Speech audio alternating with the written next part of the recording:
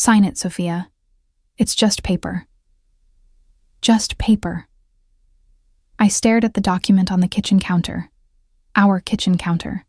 The one I'd picked out at a tile store in Midtown on a Tuesday afternoon 3 years ago, because Marcus said I had better taste than him.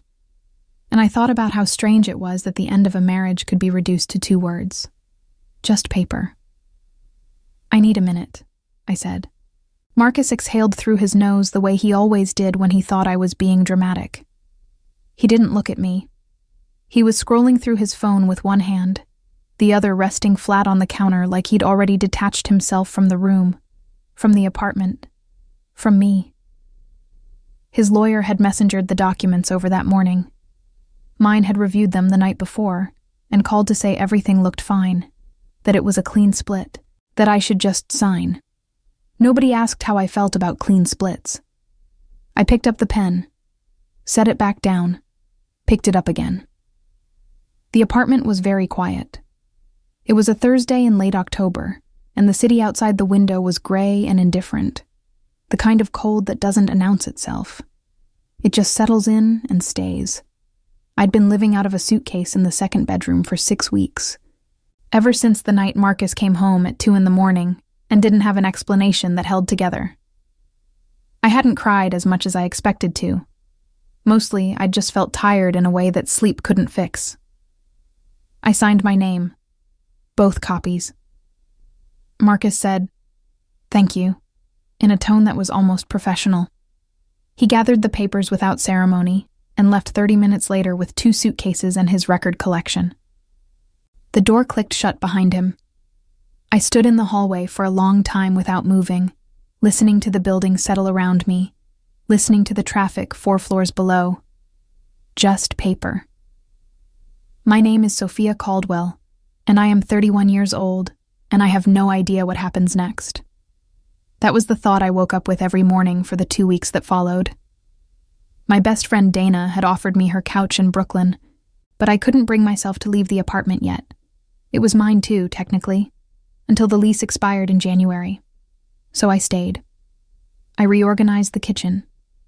I took long walks through Riverside Park in the cold, and came home and made tea I didn't finish, and watched shows I couldn't follow.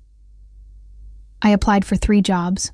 I'd been freelancing as a graphic designer for the past year, my income patchy and unpredictable, and heard back from none of them. I was invisible in a way I hadn't been since I was 22, and new to New York, and certain that no one could see me on the subway. It was Dana who got me out of the apartment eventually. She called on a Wednesday night and said, "I got us invited to this thing Saturday. Don't say no. You need to exist somewhere other than that apartment." "What kind of thing?" "A private dinner. A colleague of mine knows the host. It's at a restaurant in the meatpacking district. Nice people. Real food. You get dressed up and you remember that you have a face." "Dana. Sophia. You signed the papers. You're allowed to have dinner." The restaurant was called Onyx. It didn't have a sign outside, just a brushed metal door, and a man in a dark coat who checked a list and stepped aside without smiling. Dana grabbed my arm and pulled me in before I could change my mind, and the warmth of the interior hit me like something physical. Low amber lighting, dark wood, the smell of expensive food and cedar, and something faintly floral that I couldn't identify. It was a private event. Maybe 40 people, spread across several tables in a room that had been closed to the public for the night. I didn't know whose dinner this was or what the occasion was. Dana had been vague on the details, and I'd been too tired to press. I noticed him almost immediately. Not because he was loud, quite the opposite. He was seated at a corner table set slightly apart from the rest of the room, and he was still in the way that certain people are still. Deliberately, consciously, as though stillness itself was a choice he made every moment. Dark suit, white shirt open at the collar, and I could see the edge of ink at his throat, tattoos that crept up from somewhere beneath the fabric and stopped just below his jaw. His hair was pushed back from his face. He was young. Younger than I expected from someone who occupied space the way he did, like the room had been arranged around him rather than the other way around. He was Korean. He was watching the room without appearing to watch anything, and there were two men standing at separate angles nearby, not seated, not eating, just present, who were clearly not guests. I looked away. "Who's the host?" I asked Dana quietly. She glanced around. "I think his name is Jihoon. I don't really know him. My colleague does." I nodded and reached for my water glass and told myself it didn't matter and tried to concentrate on the woman across from me who was telling a story about a renovation in Connecticut. But I felt it, the way you feel when someone has shifted their attention toward you, when the air in a room changes direction by a degree so small you can't explain it. I looked up. He was looking at me. Not quickly, not accidentally. He was looking at me the way you look at something you've decided to understand, and he didn't glance away when I caught it. He just held it. 1 second, 2, and then he reached for his glass and returned to his conversation as if nothing had happened. My heart did something strange and inconvenient. "Stop it," I told myself. "You signed papers 2 weeks ago. You are not a person who does this." I made it through the first course without looking at his table again. The woman from Connecticut finished her renovation story and moved on to a disagreement she'd had with her contractor, and I nodded at the right moments and ate my food and was proud of myself. Then, between the first and second courses, one of the standing men appeared at my elbow. "Miss Caldwell." I set down my fork. "I'm sorry?" He was looking straight ahead, not at me, his voice low enough that only I could hear.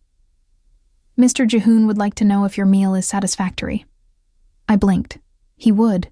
Yes, it's very good. Tell him thank you." The man nodded once and moved away. Dana was deep in conversation on my other side and hadn't noticed. I looked down at my plate.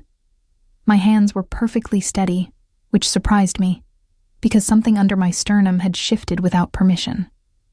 When I finally let myself glance toward the corner table, Jihoon was listening to something his companion was saying.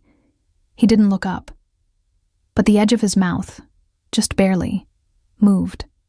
Not quite a smile. Something quieter than that. Something that said he already knew. I shouldn't have stayed as long as I did. The dinner stretched past 10:30.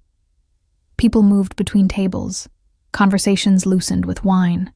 The room took on that particular texture of a successful evening. I found myself talking more than I'd expected to. About design, about a mural project I'd done last spring, about New York in autumn. And for stretches of 20-30 minutes, I forgot that I was a woman who had signed divorce papers 2 weeks ago and didn't know what came next. Then I would look up, and he would be there in the periphery of the room, quiet and certain of himself, and the forgetting would stop. At 10:45, I told Dana I was going to find the restroom and get my coat. The hallway outside the dining room was narrow and warmly lit, and I stood at the coat check for a moment, not entirely ready to go back out into the cold, not entirely sure why I was hesitating. "You're leaving." It wasn't a question. I turned around. He was closer than I expected. Jihoon, in person, without the length of a room between us. There was something about his presence that didn't quite match any category I had for people. He was calm, in a way that felt intentional. His eyes were dark and unhurried, and he was looking at me with the same focused attention he'd used from across the room. "I am," I said. My voice came out more even than I felt. "It's late." He nodded slowly. "You didn't eat your dessert." No, I wasn't hungry." He was quiet for a moment. Not awkwardly. It was the kind of quiet that had weight to it, that asked you to stay inside it rather than fill it. Then he said, "I apologize for the interruption earlier, during the meal." No, it was fine. You didn't need to. I wanted to make sure you were comfortable." He said it simply, without any particular inflection, as if it were the most straightforward thing in the world.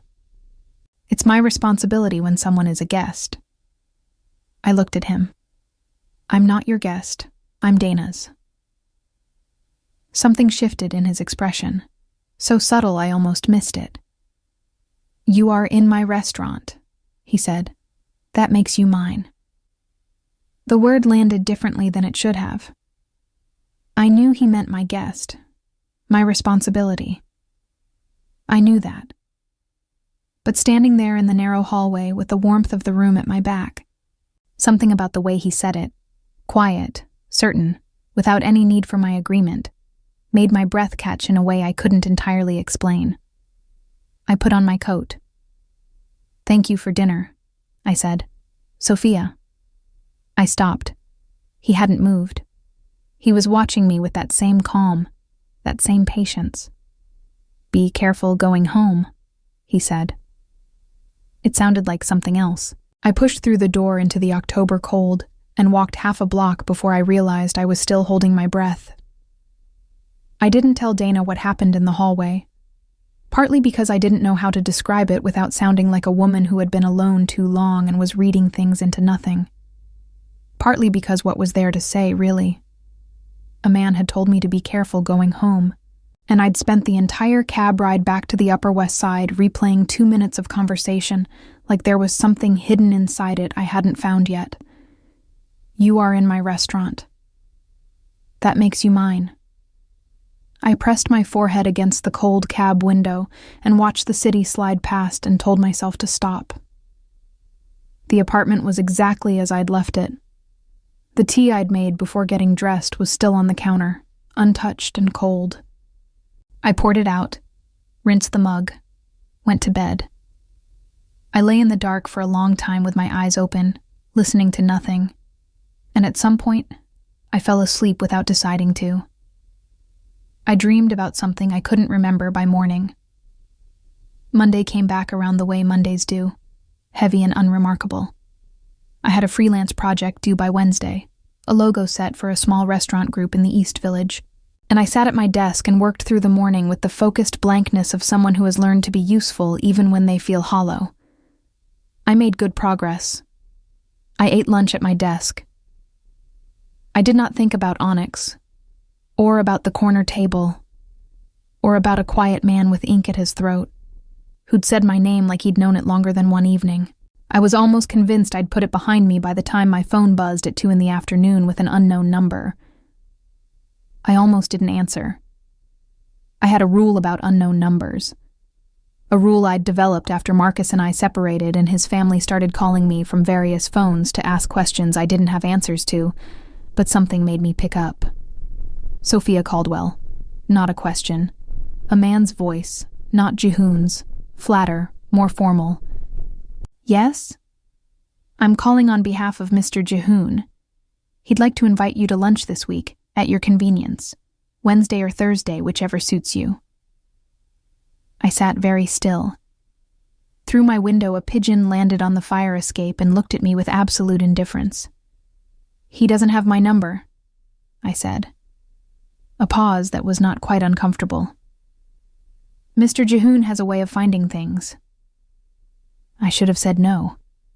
Any reasonable version of me, the version who had a project due Wednesday, and a divorce finalized 2 weeks ago, and no business sitting across a table from someone like Jehoon, would have said no, politely and firmly, and without overthinking it.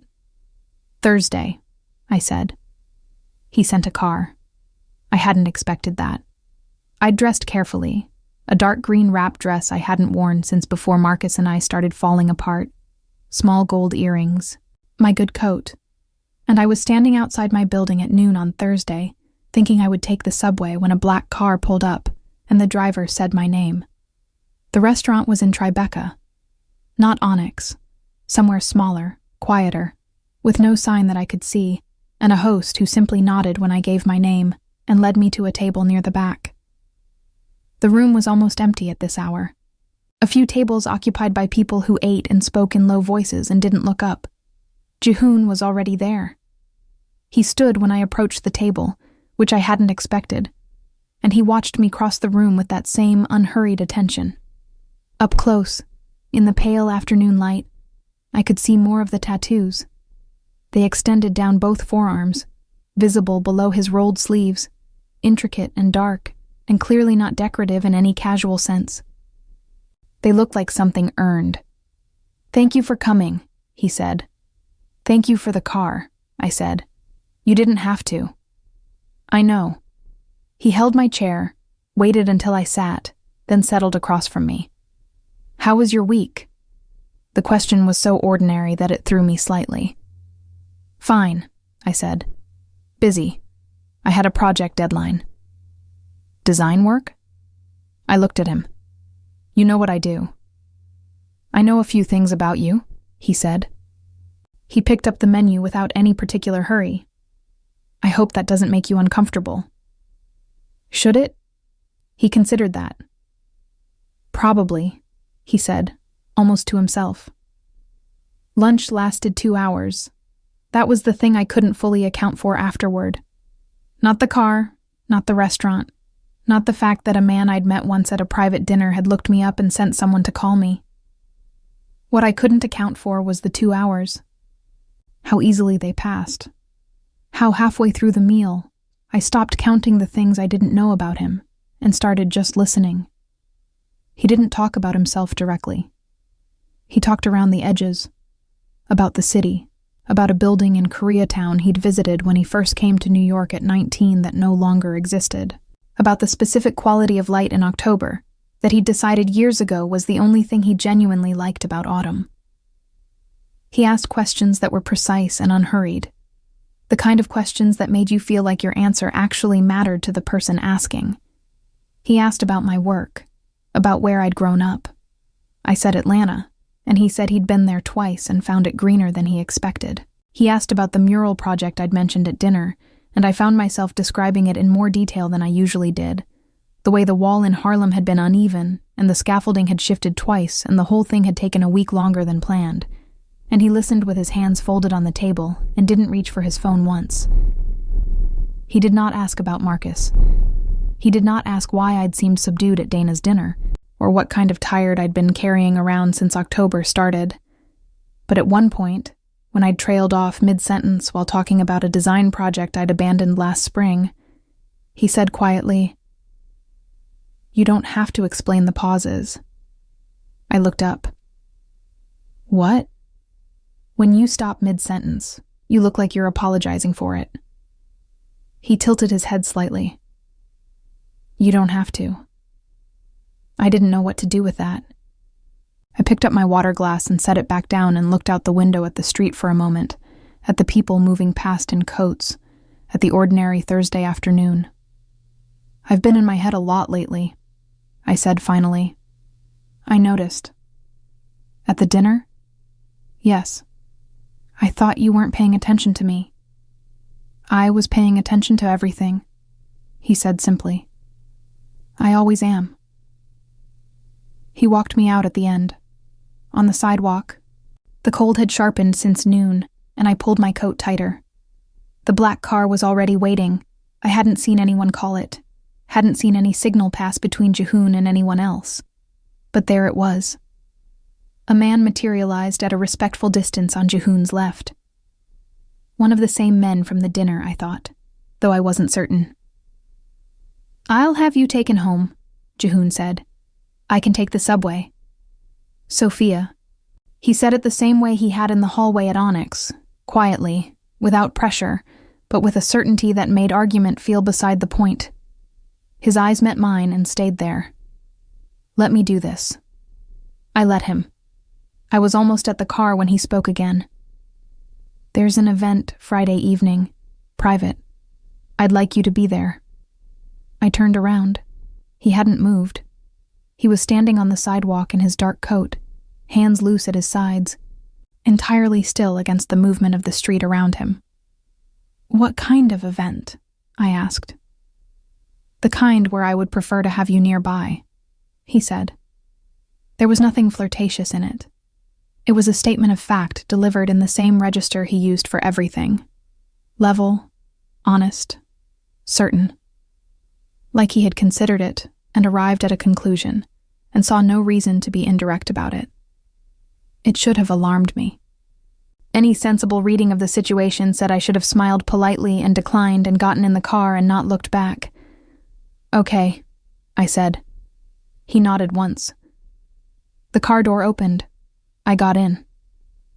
Through the tinted window as we pulled into traffic, I could see him still standing on the sidewalk, watching the car until it turned the corner.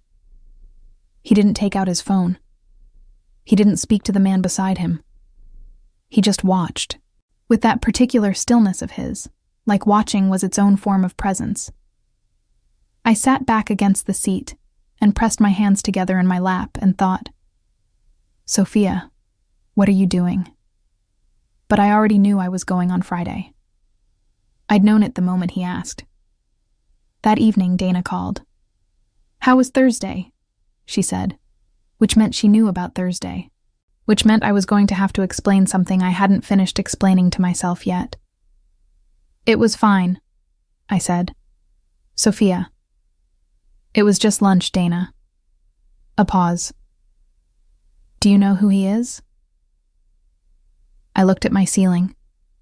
The paint had a crack in it near the light fixture that I'd been meaning to report to the super for 8 months. He owns restaurants, I said.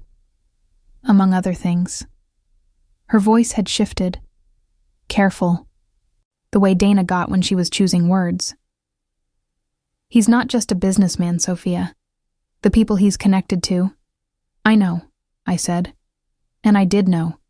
In the way you know something you've chosen not to examine directly yet. Do you? I'm not being reckless, I told her. I'm having lunch. I'm going to a thing on Friday. I'm a grown woman who just signed divorce papers and I stopped. I'm just having dinner, Dana. She was quiet for a moment. Be careful, she said finally. The same words he had used. I went to sleep that night thinking about that, about the strange echo of it. 2 people who barely knew each other both sending me out into the world with the same 2 words like they understood something about my situation that I was still catching up to. The address Jihoon sent was in the West Village. Not a restaurant this time. A private residence, one of those narrow brownstones on a tree-lined block that looks ordinary from the outside and reveals itself slowly, the way certain things do. A man I didn't recognize opened the door before I could knock, checked my name against nothing visible, and stepped aside. Inside, maybe 30 people. The kind of gathering that doesn't have a name for itself. Not a party, not a dinner, something in between. Low music from somewhere I couldn't identify. Conversation in at least 3 languages. The rooms were warm and simply furnished in a way that felt considered rather than decorated. Dark wood and good lighting, and nothing unnecessary. I stood in the entryway for approximately 4 seconds before one of Jihoon's men appeared at my side. Not the same one from before. A different one. Younger. With a quiet efficiency that I was beginning to understand was a particular kind of training. Mr. Jihoon will be with you shortly, he said. Please, come in. I followed him into the main room and accepted a glass of sparkling water from someone who moved through the space with practiced invisibility. I looked around. The guests were a mix I couldn't categorize. A woman in her 50s in a silk blouse speaking rapid Korean into a phone near the window. 2 men near the fireplace in conversation so quiet it was nearly lip-reading. A younger couple near the bookshelf who looked almost as uncertain as I felt. Almost. I noticed the way everyone in the room moved. There was an awareness to it. An orientation. Like plants adjusting toward light. They all knew where Jihoon was, even before I found him across the room, without appearing to look. He was speaking to a man I didn't recognize. Older, silver-haired, expensively dressed in the way that stops trying to announce itself. Jihoon was listening more than talking, which I was starting to understand was characteristic. His hands were still. He wore dark trousers and a charcoal shirt, no jacket, and the tattoos at his throat were more visible than they'd been at either of our previous meetings. He looked up once, found me across the room immediately, as though he'd known exactly where I was standing since the moment I walked in. He didn't smile. He didn't nod. He just looked, briefly and completely, and then returned his attention to the man beside him. But something in his posture shifted, almost imperceptibly, like a calibration, I spent the first 40 minutes in conversation with a woman named Claire, who turned out to be an architect from Chicago, in New York for a project in Long Island City. She was easy to talk to and asked good questions, and at no point made me feel like I was at an event I didn't belong to, which I appreciated more than I could say. We talked about design, about the difference between working for clients and working for yourself, about what Chicago winters did to your concept of cold. At some point, I became aware that Ji-hoon had crossed the room. Not toward me. He stopped to speak to someone near the far wall, his back partly turned. But the quality of the air near me changed. The way temperature changes before a weather system arrives. Claire was mid-sentence about a curtain wall installation, and I was nodding and listening, and also very precisely aware of where he was in the room. This is not normal, I thought. You are tracking a man's position in a room like you've known him for years. I excused myself to refill my water. At the drink table, I stood alone for a moment, collecting myself. The evening was fine. Everything was fine. I was at a gathering, talking to interesting people, and Ji-hoon was across the room being whatever he was, and none of this had to mean anything. You look like you're having an argument with yourself. I turned. He was beside me. I hadn't heard him approach, which I was beginning to think might simply be a feature of him. I'm fine, I said. I know. He reached past me for a glass, unhurried, giving me space. Does the room feel uncomfortable? No, everyone's been very... I paused. Who are these people?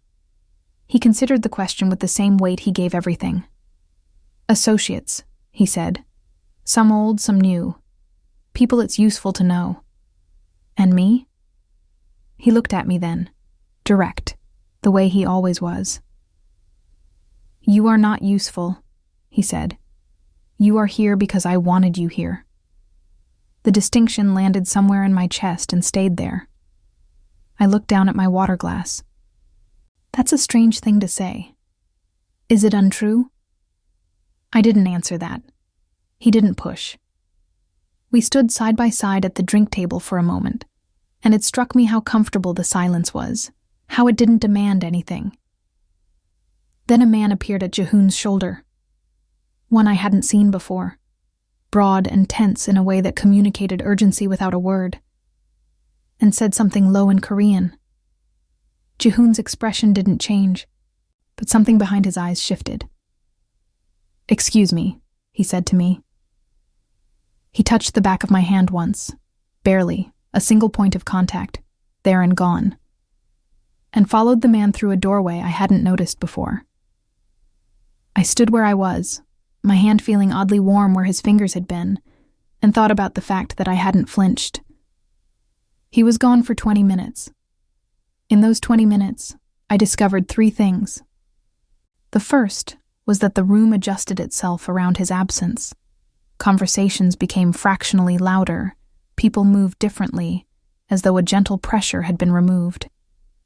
The second was that one of his men had positioned himself at an angle where he could see both the doorway Ji-hoon had used and me specifically, which I was choosing to interpret as general security protocol and not anything I needed to think about.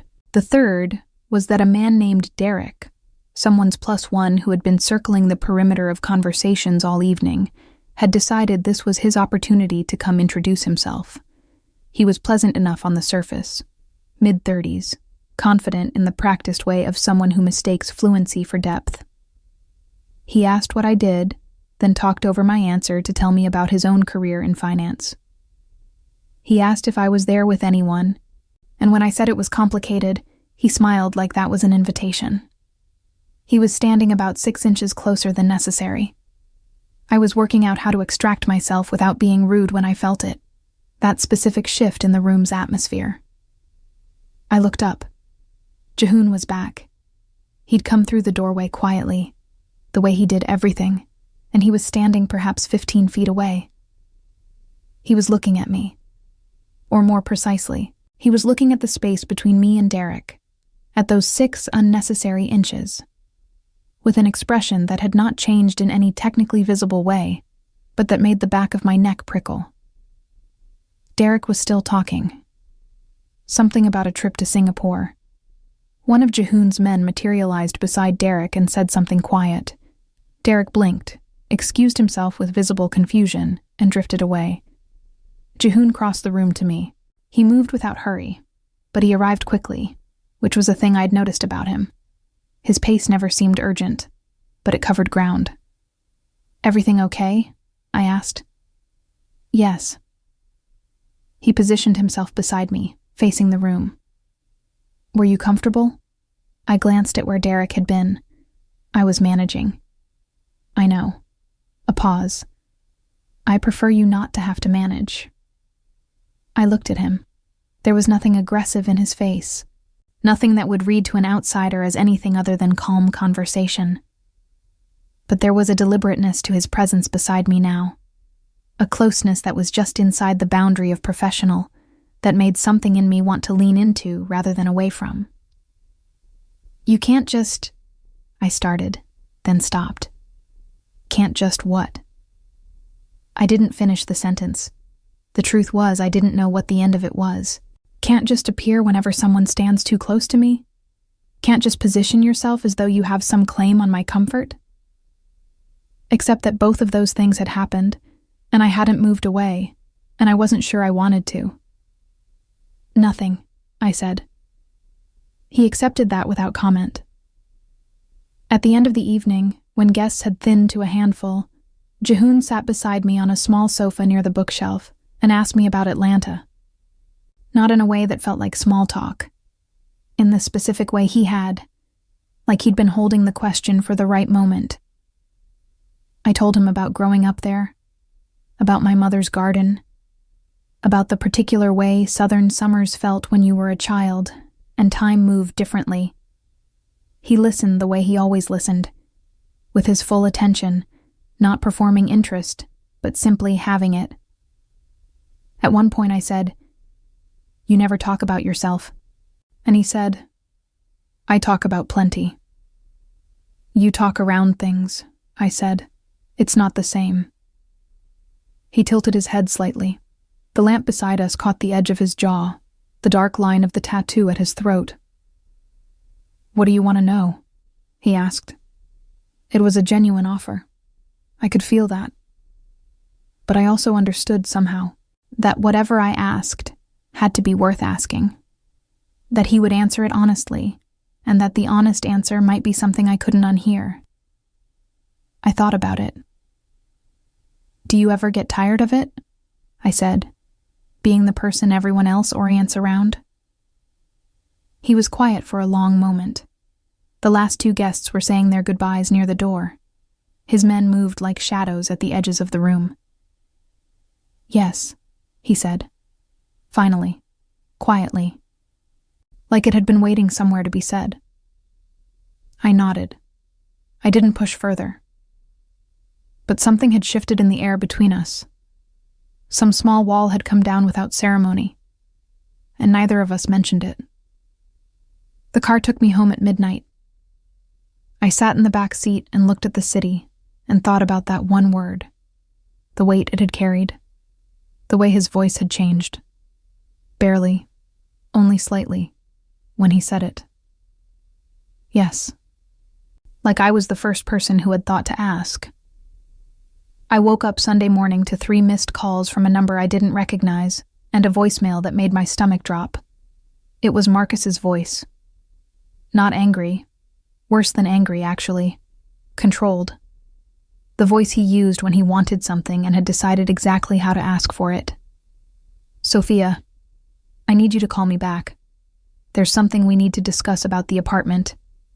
The lease situation is more complicated than the lawyers made it sound, and I think we need to talk directly, without them." A pause. "I've heard you've been spending time with some people you should probably think twice about. I'm just saying that I'm saying it as someone who knows you. Call me back." I sat on the edge of my bed and played the message twice. "I've heard you've been spending time with some people." I set my phone face down on the mattress and stared at the wall for a moment. The morning was pale and quiet outside the window. I hadn't told Marcus anything about the past 2 weeks, hadn't spoken to him at all since the papers were signed. We had no mutual friends I was aware of, no overlapping social circles that would produce that kind of information. Someone had told him, or he'd found out some other way. Either option made me feel cold in a way that had nothing to do with the temperature. I didn't call him back. Instead, I made coffee and sat at my kitchen table and thought about the particular geometry of my life at this moment.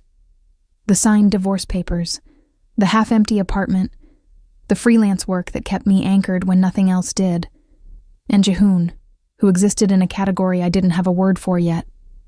Not a boyfriend. Not a friend, exactly, though something in our conversations felt more honest than most friendships I'd maintained for years. Something else. Something that was still becoming itself. You are in my restaurant. That makes you mine. I'd been turning that sentence over in my mind for 2 weeks without quite admitting it. He called that afternoon. Not through someone else this time. His own number.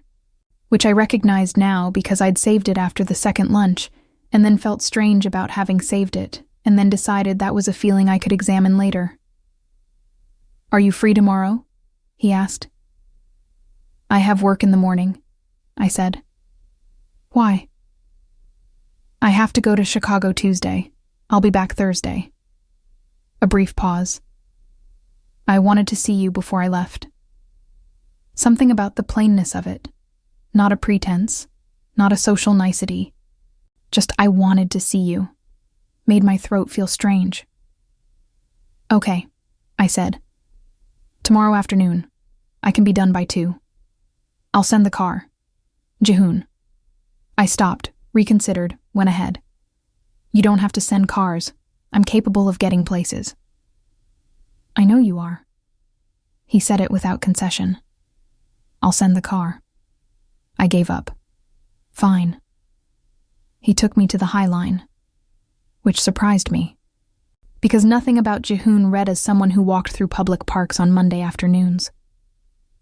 But there we were, him in a dark coat, me in my good coat with the tortoise buttons, walking north through the elevated garden while the city spread out below us in the November gray. 2 of his men followed at a distance that managed to be both discreet and completely visible to anyone who looked for it. He bought me coffee from one of the vendors without asking what I wanted, which should have irritated me and somehow didn't, possibly because he'd gotten the order exactly right. "How do you know how I take my coffee?" I asked. "You ordered it at lunch," he said. "I pay attention." I wrapped both hands around the cup. We walked for a while without talking, which was one of the things I'd come to understand about him. He didn't fill silence because silence made him uncomfortable. He filled it when he had something to say. "Someone called me," I said eventually. "My ex-husband. He mentioned I'd been spending time with people I should think about." Jehoon didn't break stride. "When?" "Yesterday morning." He was quiet for a moment. "What did you tell him?" "Nothing. I didn't call back." I glanced at him. "Do you know how he found out?" "Not yet," he said. It was such a particular answer, not I have no idea but not yet, that I stopped walking. "Jehoon." He stopped too, turned to face me. His expression was its usual controlled surface, but his eyes were doing something more complicated. "Did you already know about it?" I asked. "Before I told you?" A pause that was 1 second too long to mean nothing. "I found out this morning," he said. "I was going to tell you." I looked at him. The November wind came off the river and moved between us. "You have people watching out for me," I said. It wasn't quite a question. "Yes." I'd suspected it. After the Friday event. After the way things seemed to arrange themselves around my comfort without my asking. The car, the positioned man at the party, Derek suddenly finding somewhere else to be. I'd suspected it, and chosen not to name it, because naming it meant having a conversation I didn't know how to have. You should have told me, I said. I should have, he agreed. No deflection. I'm telling you now. That's not, I exhaled. Jehoon, I'm not someone who needs to be managed. I'm not your responsibility. He looked at me for a long moment. The city hummed below us. Someone jogged past with a dog that tried to veer toward us before its owner corrected it. I know what you are, he said quietly. You are someone who just went through something hard, alone, in an apartment that's too quiet, doing work that doesn't pay you what it should. And now your ex-husband is making calls he has no right to make. He paused. You're not my responsibility, but you are someone I choose to look after. There's a difference. I didn't have an answer for that. The thing about Jehoon was that he said what was true and said it plainly, and left you with no comfortable place to argue from because he wasn't performing it, wasn't using it to get something. I don't know what this is, I said. My voice came out smaller than I intended. Between us. I don't know what to call it. You don't have to call it anything, he said. Not yet. He started walking again. After a moment, I followed. We were near the northern end of the High Line when his phone buzzed. He looked at the screen and something in his posture changed. Minute, almost imperceptible, but I'd been paying attention long enough to catch it. I have to make a call, he said. 2 minutes. He stepped a few feet away and spoke quietly in Korean, his back partly turned. I stood by the railing and looked out at the Hudson, at the gray water and the gray sky and the New Jersey shore, and thought about what he'd said. Someone I choose to look after. I'd spent 3 years in a marriage to a man who made me feel, by the end, like a logistics problem he was trying to solve. Marcus hadn't been cruel, just gradually, comprehensively absent in all the ways that mattered. By the time he came home at 2 a.m. with an explanation that didn't hold together, I'd been lonely for so long that the loneliness had become invisible to me, like something I'd stopped being able to see, because I'd stopped believing it could be different. And now here was this, whatever this was, a man who sent cars and remembered coffee orders and noticed when I paused mid-sentence.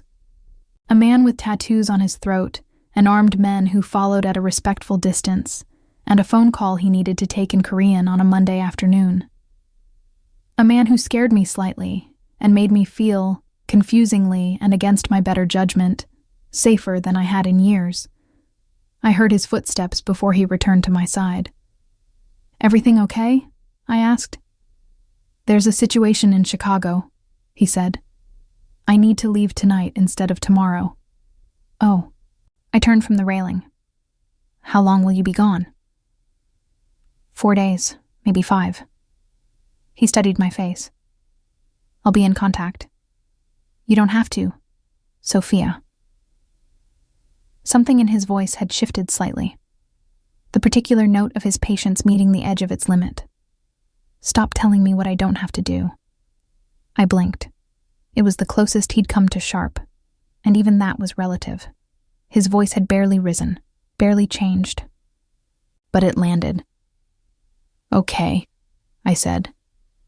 He held my gaze for a moment, then nodded. We turned back toward the southern entrance, walking into the wind now. At some point, without either of us deciding it, the distance between us had closed until my shoulder was nearly at his arm, and he was angled slightly toward me in a way that blocked the wind without drawing attention to the fact that that was what he was doing. I noticed. I didn't step away. At my building, the car idled at the curb. He walked me to the door. Just to the door, nothing more, and stopped on the sidewalk. 4 days, I said. 4 days, he confirmed. I looked up at him. In the late afternoon dark, with the street lights coming on and the wind off the river still in my hair, I thought about the fact that I had known this man for less than 3 weeks. That I'd met him at a dinner my best friend had half pressured me into attending. That I was 2 weeks out of a marriage.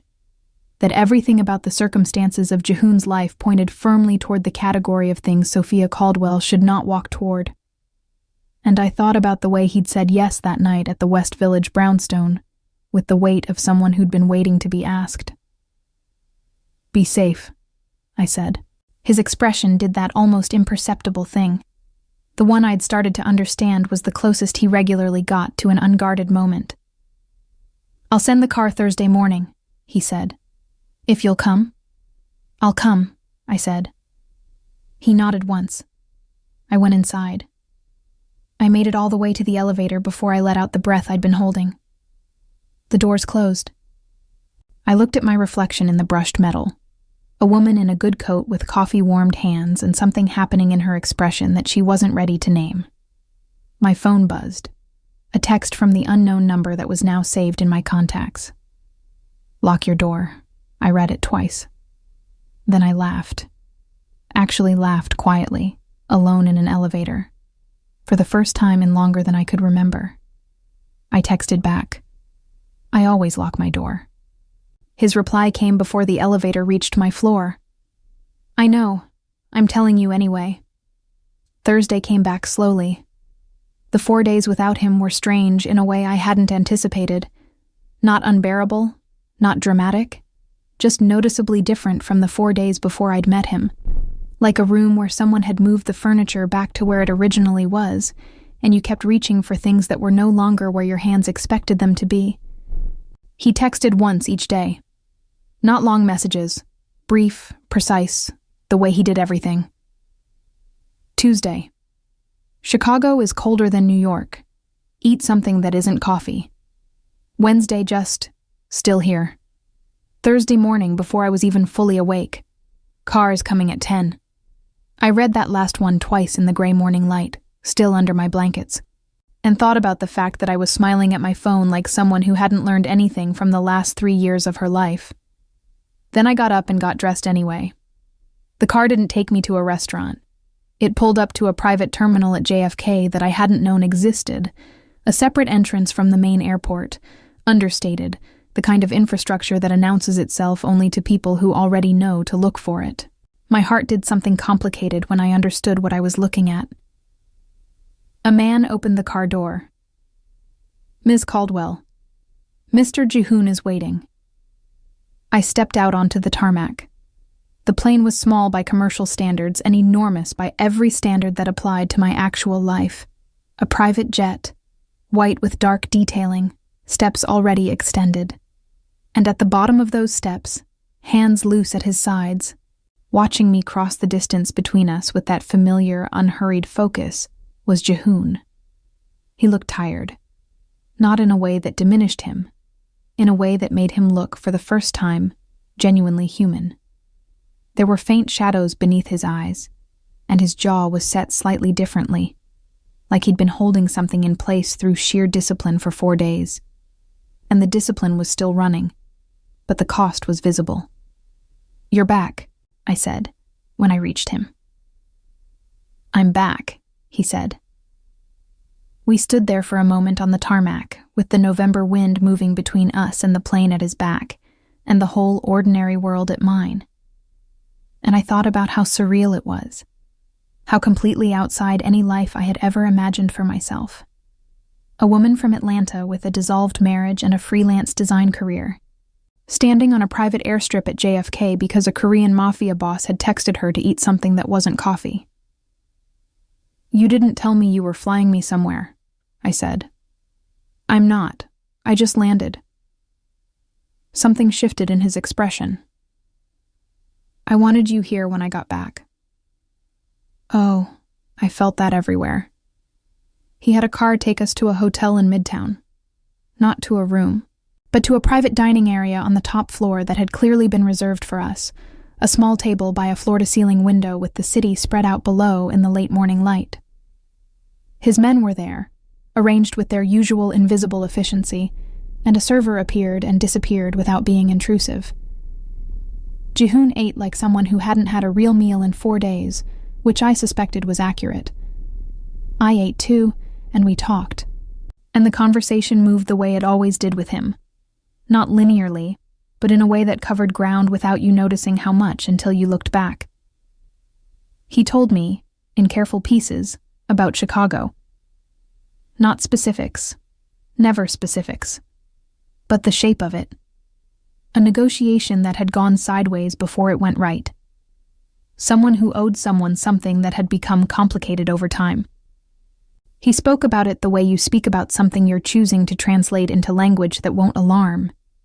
And I listened without asking him to be more precise, because I understood that the translation itself was a form of trust. Were you safe? I asked. Yes. Were you actually safe, or are you telling me yes because you think that's what I want to hear? He looked at me for a moment. Both, he said, which was, I realized, the most honest answer he could have given. I nodded. I wrapped my hands around my coffee cup. He'd ordered it correctly without asking, and looked out at the city. Dana called me, I said, Tuesday night. What did she say? She's worried about me. About... I paused. About this.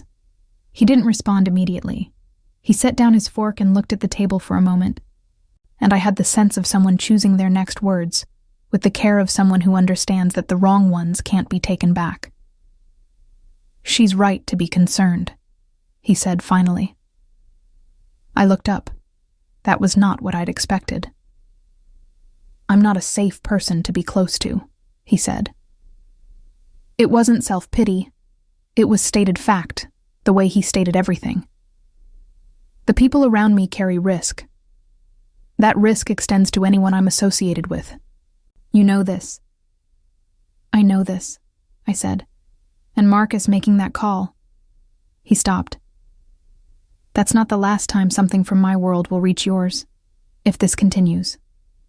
If this continues. I sat with those words. Are you telling me to leave? I asked. My voice was steady, which surprised me. No. He met my eyes. I'm making sure you understand what staying means. The city glittered below us. Someone's helicopter crossed the mid-frame of the window and disappeared. I thought about the apartment that was too quiet, and the divorce papers that were just paper, and the 3 years of loneliness I'd stopped being able to see because I'd stopped believing it could be different.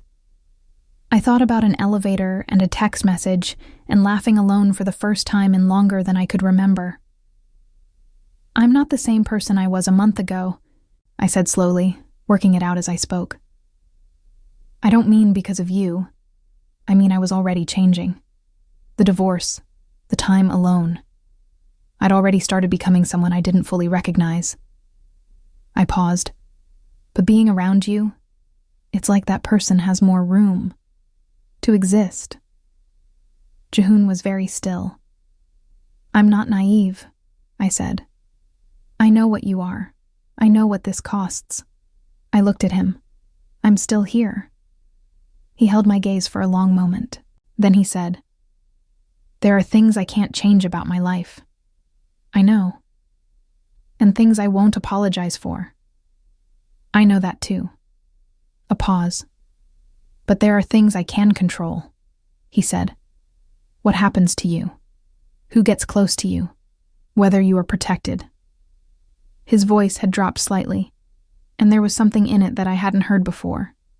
Not softer, exactly, but less armored. Those things I can control. And I will. I thought about the man at the party who had drifted toward me, and then simply, efficiently, drifted away.